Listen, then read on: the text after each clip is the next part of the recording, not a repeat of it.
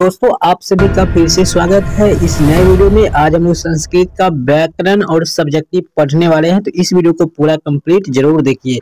इस वीडियो में आप लोग देख सकते हैं कितना मेहनत हम करते हैं। सारे प्रश्न पढ़ा चुके हैं, अब केवल आपका बच गया है सब्जेक्टिव और व्याकरण। आज हम लोग पढ़ने वाले हैं, तो व्याकरण में चलिए हम लोग पीडीएफ कैसे बनाते हैं वो भी आप देख लीजिए। और हम लोग यहाँ पे पीडीएफ देखिए हम लोग का बन चुका है। अब हम पीडीएफ से आपको पढ़ाने वाले हैं, तो बने रहिएगा। सारे चीज आपको प्रूफ के साथ देखें। देखिए यहाँ पे आपका संस्कृत के देखिए जो भी प्रश्न है बिल्कुल रूप से 100% पूछने वाला है। इसका आपको यहाँ से उदाहरण से पूछा जाता है प्रश्न। ऑब्जेक्टिव में कम से कम आपको 5 अंक इस 4-5 मिनट के वीडियो से आपको मिल जाएगा, ठीक है। तो इसलिए वीडियो को पूरा ध्यान से जरूर देखिए।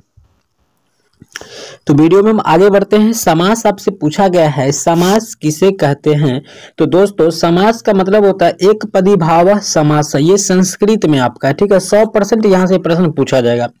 जब दो या दो से अधिक पद अपने अपने विभक्त चिन्ह को छोड़कर एक हो जाते हैं तो वे समास कहलाते हैं। या आप कह सकते हैं दो पदों के मेल से उत्पन्न विकार को समास कहते हैं। जैसे कि हमने आपको हिंदी में समझाया था कभी। समास मुख्यतः 6 प्रकार के होते हैं। वीडियो अपलोड है, समास संधि में अंतर देख लीजिएगा हिंदी के लिए। समास मुख्यतः कितने प्रकार के होते हैं? 6 प्रकार के होते हैं। इसको आपको 1 नंबर ऑब्जेक्टिव के लिए याद रख लेना है। अब आगे बात करते हैं वो 6 प्रकार को पढ़ते हैं उदाहरण, क्योंकि उदाहरण से प्रश्न आपके एग्जाम में काफी पूछा जाता है। पहला है अव्ययीभाव समास। पूर्व पद प्रधान अव्ययीभाव समास। जिस समास का पहला पद प्रधान हो उसे हम लोग अव्ययीभाव समास कहते हैं। 2 अंक में प्रश्न पूछा जाता है कि अव्ययीभाव समास क्या है, किसे कहते हैं। तो आपको इतना बात लिख देना है और 2-3 यहाँ से उदाहरण उठा करके रख देना है, आपको 2 नंबर आ जाएगा। पहला है प्रतिदिनम। दिनम दिनम प्रति, ये है समास का विग्रह किया गया है ताकि आपका प्रश्न किसी भी तरह से पूछे छूटे नहीं। और इस उदाहरण में से अलग आपसे नहीं पूछा जाएगा, ये मैं 100% ये आपको कह सकते हैं, ठीक है। अगला है प्रत्येकम। एकम एकम प्रति। तीसरा अगला सवाल अगला है उदाहरण यथाशक्ति शक्ति अनंत क्रम। अनुग्रहतम गृहस्य पश्चात। अनुरूपम रूपस्य योर्मय। तो यहाँ से आपका हो गया। आप इसका स्क्रीनशॉट ले सकते हैं और पीडीएफ भी डाउनलोड कर सकते हैं। पीडीएफ आप लोग को बता देंगे, लिंक डिस्क्रिप्शन है, वहां से जाके आप डाउनलोड कर लीजिएगा, ठीक है। दूसरा है तत्पुरुष समास। हम लोग प्रत्यय भी पढ़ेंगे, तो बने रहेगा इस वीडियो के साथ, क्योंकि कुछ ही देर का वीडियो है और आपको काफी अच्छे नंबर दिला देगा। उत्तर पद प्रधान तत्पुरुष समास, मतलब जिस समास का अंतिम पद प्रधान हो उसे तत्पुरुष समास कहते हैं। याद रखिएगा, याद हो जाएगा, बहुत अच्छा है। उदाहरण है आपका कि हिमालय, हिमस्य आल्य, यहाँ पे इसका हो गया विग्रह हो गया। गंगा जलम, यह कौन सा समास है भाई? तत्पुरुष। गंगाया जलम, गंगा के लिए जल, यहाँ पे इसका हिंदी भी दे दिए थोड़ा समझने के लिए। देव भाषा, देवा नाम भाषा, मतलब देवताओं की भाषा। ग्राम गतः, ग्रामम गतः, गांव के लिए। धर्म रक्षित, धर्मेन रक्षित, धर्म की रक्षा के लिए। तो यही उदाहरण आपसे पूछा जाता है, उदाहरण, ठीक है। चलिए अगला है तीसरा कर्मधारय समास। कर्मधारय समास क्या है दोस्तों? तो जिस समास का पहला पद विशेष्य तथा दूसरा पद विशेष्य हो उसे कर्मधारय समास कहते हैं। जैसे नीलकमल, पीतंबर, कृष्ण सर्प, घनश्याम, महाकाव्य, महादेव इत्यादि, ये सब आपका हो जाएगा कर्मधारय समास। जिस समास का पहला पद विशेष्य तथा दूसरा पद विशेष्य हो, ठीक है, वो हो जाता है। तो कुछ उदाहरण ही दे दिया, केवल उदाहरण आपको देख लेना है। अगला है संस्कृत व्याकरण। आपका यहाँ पर देखिए कर्मधारय तक ही हमने बताए हैं। यहाँ से हम लोग कर्मधारय पढ़े, आगे भी हम लोग पढ़ते हैं, देखते कर्मधारय के आगे क्या है। इसके बाद हमारे पास है बहुव्रीहि समास। चौथा अन्य पद प्रधान बहुव्रीहि समास, यानी जिस समास का अन्य पद प्रधान हो, या अंतिम नहीं पढ़ेंगे, अन्य पद प्रधान हो उसे बहुव्रीहि समास कहते हैं। जैसे बीना पानी, बीना पानु यस्य स। चंद्रशेखर, बहुत बार भी क्वेश्चन। चंद्र इव मुखम यस्य स।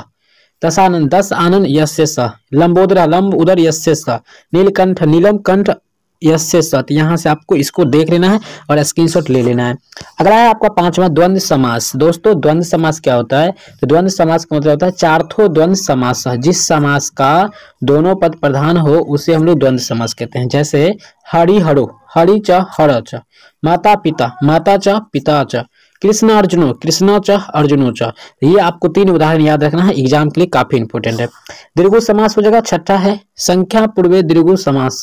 जिस समास का पहला पद संख्यावाची हो उसे दीर्घु समास कहते हैं। ऑप्शन आपका हो जाएगा यहाँ पर, यानी ऑप्शन आपको नहीं, यहाँ पे 3 उदाहरण आपको याद रखना। शताब्दी, पंचवटी, त्रिलोक, यानी जिसमें संख्या लगा होगा, याद रखेगा 1 2 3 4 5 6 वाला लगा। जैसे पंचवटी मतलब 5 होता है, तो जितना भी संख्यावाची होगा वो सब दीर्घु समास हो जाएगा। उम्मीद करते हैं समझ में आ गया होगा। नग्न समास आपका है यहाँ पे देखिए। हम द्वंद्व समास पढ़े थे क्या? चार तो हाँ देखिए द्वंद्व समास में भी याद रखिए, जैसे माता पिता, चावल दाल, भात दाल, पापड़ तिलौरी, ये मतलब लगातार दोनों का महत्व होता है, माता पिता दोनों का समान महत्व है, तो ऐसे शब्द को पकड़ कर रखिएगा। चलिए हम लोग जानते हैं प्रत्यय के बारे में। दोस्तों प्रत्यय पढ़ने से पहले आप लोग कमेंट करके एक बार जरूर बताइए क्या ये वीडियो आपके लिए हेल्पफुल है, कैसा लग रहा है। वीडियो को लाइक और चैनल को सब्सक्राइब जरूर कर लीजिएगा। चलिए प्रत्यय को देखते हैं। वैसा शब्दांश जो किसी शब्द के अंत में लगकर उसके अर्थ में परिवर्तन लाता है उसी को हम लोग कहते हैं प्रत्यय कहते हैं, यानी ये किसी शब्द के अंत में लगते हैं। ठीक है। अन्यर प्रत्यय, जैसे गम में अन्यर प्रत्यय लग गया तो हो गया आपका गमनीय, ये भी पूछा जाता है। पढ़ में लग गया अन्यर तो पठनीय हो गया, वदनीय हो गया, लिखनीय हो गया, दर्शनीय हो गया, तो यहाँ से आपको पूछा जाएगा उदाहरण। अन प्रत्यय मधु अन हो जाएगा, माधव हो जाएगा, जो कि आप चैनल भी देख रहे हैं Madhav NCERT classes. Yadu plus अन यादव हो जाएगा, पांडु प्लस अन पांडव हो जाएगा, रघु प्लस अन राघव, मनु प्लस अन मानव। तो ये सब आपका उदाहरण याद रखना है। ठीक है। यादव और पांडव बहुत ज्यादा पूछा गया है। ठीक है। तल प्रत्यय कौन होगा, देखिए ये भी बहुत ज्यादा इंपोर्टेंट है। आप क्वेश्चन बैंक उल्टा कर देख लीजिएगा तो प्रश्न आपको यहाँ से देखने को मिल जाएगा। गुरु प्लस तल हो जाएगा गुरुता, मूर्ख प्लस तल मूर्खता, पशु प्लस तल पशुता, मानव जोड़ तल मानवता, लघु प्लस तल लघुता हो जाएगा। काफी बार पूछा गया प्रश्न ये। ठीक है। इसको ध्यान से देखना है। टाप प्रत्यय के बारे में लोग पढ़ेंगे। ताप शिक्षक प्लस टाप शिक्षिका हो जाएगा, नायक टाप नायिका हो जाएगा, लेखक टाप लेखिका हो जाएगा, सब स्त्री प्रत्यय बन जाता है। ठीक है। यानी बालक है तो बालिका लड़की बन गया। ठीक है।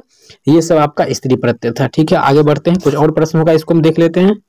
दोस्तों प्रत्यय से हमने ज्यादा प्रश्न इसमें नहीं लाए हैं। आपका नग्न समास एक छूट रहा था समास में, जिसका नकारात्मक तो वैसे 6 ही प्रकार का होता है।